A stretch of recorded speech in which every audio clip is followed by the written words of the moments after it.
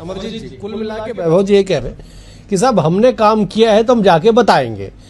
और उन्होंने राहुल गांधी जी का एक उदाहरण दे दिया कि बीजेपी की उपलब्धि कह लीजिए कि आप लोग अपने सर्वोच्च नेता से अब बहुत सहजता से मिल लेते सड़कों पे। ठीक है, देखिए वैभव जी बहुत ईमानदारी से अपनी पार्टी का पक्ष रख रहे हैं और रखना भी चाहिए, और उनको अपनी बात कहने की आजादी है। इस देश में सबको अपनी बात रखने की आजादी, फैसला जनता की अदालत में होता है। मैं अपनी बात रखना चाहूंगा, मैं कटाक्ष नहीं करना चाहता, पर मैं ये कहना चाहता हूं, देखिए आप 12 साल की उपलब्धियां बताइए, निश्चित तौर पे बताइए, लेकिन आप ये बता दीजिए कि जिस देश में कई अंग्रेज आए चले गए, कई मुगल आए चले गए, कभी हिंदू खतरे में नहीं हुआ, पर पिछले 12 साल में अचानक हिंदू खतरे में कैसे आ गया? वो भी जब इस देश का उच्च सेनापति से लेकर प्रधानमंत्री, राष्ट्रपति सारे हिंदू हैं।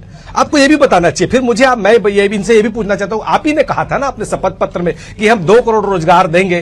12 साल में 24 करोड़ नौकरियां क्या आपने दी? क्या किसानों की आय दुगनी करने की बात आपने कही थी? आपने किया क्या? 15 लाख रुपए खाते में आने का जुमला आप ही ने कहा था, आया क्या? स्विस बैंक से आप 100 दिन में काला धन लाने वाले थे, आप लाए क्या? अटल सेतु में अगर दरार आ रही है और एयरपोर्ट की छत अगर गिन रही है, आप अडानी को सारी नवरत्न कंपनियां बेच दे रहे हैं, तो ये सरकार जो है वो चंदा दो और धंधा लो वाली सरकार है। इसको आपको स्वीकार करना पड़ेगा। अगर 12 साल में 78 बार पेपर लीक हो जाते हैं, बच्चे आत्महत्या कर रहे हैं, नीट के पेपर लीक हो गए, युवाओं का भविष्य अंधकार में हो गया, बच्चे सड़कों पर आने के लिए मजबूर हो गई, बच्चों और नई पीढ़ी का भविष्य आप खराब अंधकार में कर दिए। 500 में सिलेंडर देने की बात करके आप 2014 में जो सिलेंडर 400 रुपए का था, जो 1000 रुपए आपने कर दिया। डीजल उस समय 56 रुपए था, आपने 104 कर दिया, जबकि क्रूड ऑयल उस समय भी 107 रुपए था और आज भी 107 है। रुपए की कीमत कहां चले गई? खाने का तेल कहां चला गया? और काम से ज्यादा आप इवेंट और विज्ञापन कर रहे हैं। ट्रंप ने कितनी बेइज्जती कर दी हमारे देश की। आप पुलवामा, पहलगाम और उरी जैसे शर्मनाक घटना कर हमको, आपको उस पर भी बात करनी है। आप अपनी उपलब्धियां गिनाइए, पर मैं बोलता हूं आप मन की बात में भी मोदी जी अपनी उपलब्धियां गिना सकते थे